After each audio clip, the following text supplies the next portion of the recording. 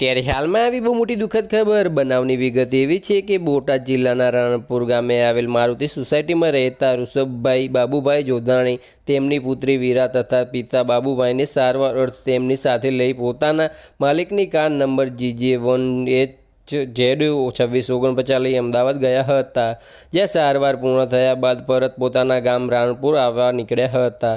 તો આની વિગતવાર વાત કરવામાં આવે તો તે દરમિયાન રાણપુરના કનારા ગામ નજીક રોજડું આડું ઉતરતા કાર ચાલક ઋષભભાઈએ પોતાની કાર પર કાબુ ગુમાવી દીધો હતો।